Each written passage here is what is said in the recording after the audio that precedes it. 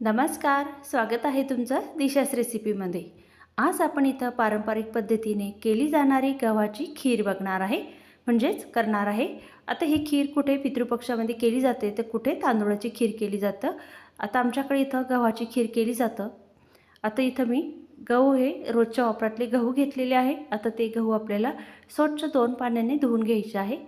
आता इथं गहू धुवून झाले की यामध्ये काय करायचं, पूर्ण पाणी काढून घ्यायचं आणि आपल्याला यामध्ये अजून पाणी टाकायचं आहे, कारण आपल्याला हे गहू 15 ते 20 मिनिटासाठी भिजत ठेवायचे आहे।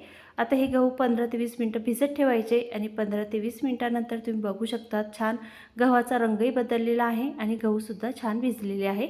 आता हे गहू आपल्याला अजून एका पाण्याने धुवून घ्यायचे आणि ते कॉटनच्या कापडावरती टाकून द्यायचे, म्हणजे यातील पाणी आहे ना ते पूर्ण सुकून जाईल। म्हणजे जास्तही गहू सुकू देऊ नका, थोडेसे ओलसरच राहू द्यायचे आहे। नंतर याच कापडमध्ये म्हणजे कॉटनच्या कापडमध्ये आपल्याला हे गहू बांधून ठेवायचे आहे।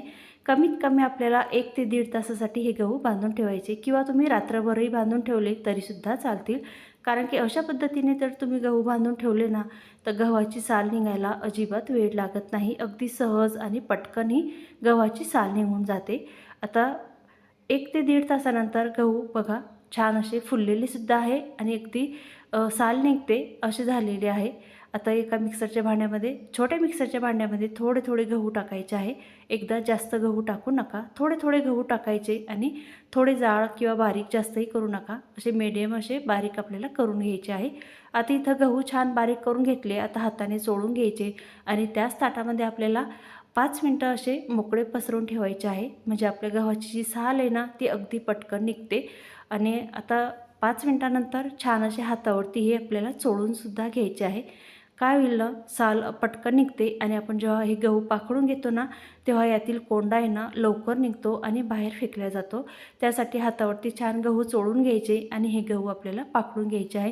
इथं तुम्ही गहू गाळूनही घेऊ शकतात, पण तुम्ही जर गाळून घेतले ना तर ती जास्त जाड साल असते ती निघत नाही, त्याच्यासाठी अशा प्रकारे तुम्ही पाखडून घ्यायचे। आणि आता इथं गहू छान असे तयार झालेले आहे आणि आता कोंडाही तुम्ही बघा काढून घेतलेला आहे। आणि आता इथं आपल्याला हे गहू छान असे तयार करून घेतलेले आहे। आता यातील मी गहू अर्धेच वापरणार आहे, अर्धे मी डब्यामध्ये पॅक करून ठेवणार आहे।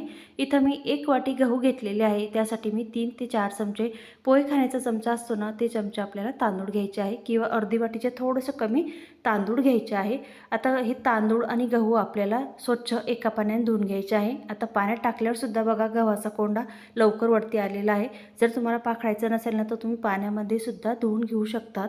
आता गहू आणि तांदूळ धुवून घेतलेले आहे। आता गॅसवरती कुकर ठेवायचं आणि त्यामध्ये ज्या वाटीने आपण गहू मोजून घेतले ना त्याच्या 3 पटीने पाणी टाकायचं आहे।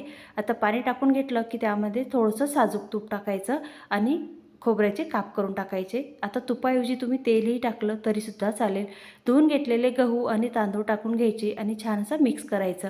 आता इथं खोबऱ्याचे आपल्याला काप आताच टाकायचे, म्हणजे छान खोबऱ्याचे कापसुद्धा असतात ना ते छान शिजून जातात। आणि आता कुकरचं झाकण लावून घ्यायचं आणि 4 ते 5 शिट्ट्या होऊ द्यायच्या आहे। आता शिट्ट्या होत आहे तोपर्यंत आपल्याला हा गूळ पाण्यामध्ये भिजत ठेवायचा आहे। ज्या वाटीने आपण गहू मोजून घेतले ना त्याच वाटीने आपल्याला हा गूळ घ्यायचा आहे। इथं मी 1 वाटी गहू घेतलेले होते तर 1 वाटी गूळ घेतलेला आहे। आता तो पाण्यात टाकायचा आणि व्यवस्थित असं विरघळून घ्यायचा आहे, कारण जे कचरं असतं किंवा काडी असतं ना गूळमध्ये तर ते गाडून बाहेर फेकले जातं। आणि आता कुकरची सुद्धा शिट्ट्या झालेल्या आहे आणि आता गहू आणि तांदूळ छान असे मऊसूत शिजलेले सुद्धा आहे आणि तळाशी अजिबात जळालेले नाही, कारण की मी इथं मीडियम गॅसवरती शिट्ट्या करून घेतलेल्या आहे। जास्त मोठ्या आचेवरती जर तुम्ही कुकर ठेवला आणि शिट्ट्या करून घेतल्या ना तर हे तळाशी जळू शकतात। आणि मऊसूत असा गहू शिजून झालेला आहे आणि आता गुळाचं जे पाणी करून घेतलेलं होतं ना ते पाणी गाळून टाकायचं आहे, म्हणजे जे गुळामध्ये कचरं असतं ना तर ते निघून जातं। आता व्यवस्थित असं मिक्स करून घ्यायचं आहे। आता मिक्स करून झालं की इथं चिमूटभर मीठ टाकून घ्यायचं आहे, किंवा तुम्ही गहू शिजायला टाकतात ना तेव्हाही चिमूटभर मीठ टाकलं तरीसुद्धा चालेल। आता छान असं मिक्स करून घ्यायचं आणि गुळाची खीर आहे तर त्यामध्ये जायफळ नक्की टाकायचं, कारण जायफळने छान असा स्वाद येतो। आणि नंतर अर्धा चमचा आपल्याला वेलची पावडरसुद्धा टाकायची आहे। छान अशी मिक्स करून घ्यायची। आता मंद आचेवरती ही खीर आपल्याला होऊ द्यायची आहे। आता इथं खीर आपल्याला सतत मिक्स करायची, नाहीतर ही खीर तळाशी जळू शकते। आणि आता बघा छान असे छोटे छोटे बबल्स असे दिसत आहे, म्हणजे आपली खीर तयार झालेली आहे. पारंपरिक पद्धतीने केली जाणारी खीर तयार झालेली आहे. आता इथं काहीतरी वेगळं करायचं म्हणून मी काय केलं, एका तडका पॅनमध्ये साजूक तूप टाकलं आणि त्यामध्ये काजू बदाम थोडेसे कुटून घेतले, ते टाकले आणि अर्धा चमचा खसखस टाकलेली आहे. आता हे तूप, काजू, बदाम आणि खसखस खीरवरती टाकायची आणि आता छान असा मिक्स करून घ्यायचा आहे. आता इथं पारंपरिक पद्धतीने केली जाणारी खीर तयार झालेली आहे. एकदा ही रेसिपी तुम्ही नक्की ट्राय करून बघा, सर्वांना खूप आवडेल. आता या खीरसोबत आहे ना, दूधही टाकायचं आणि मग खाऊन बघायचं, खूप छान लागते.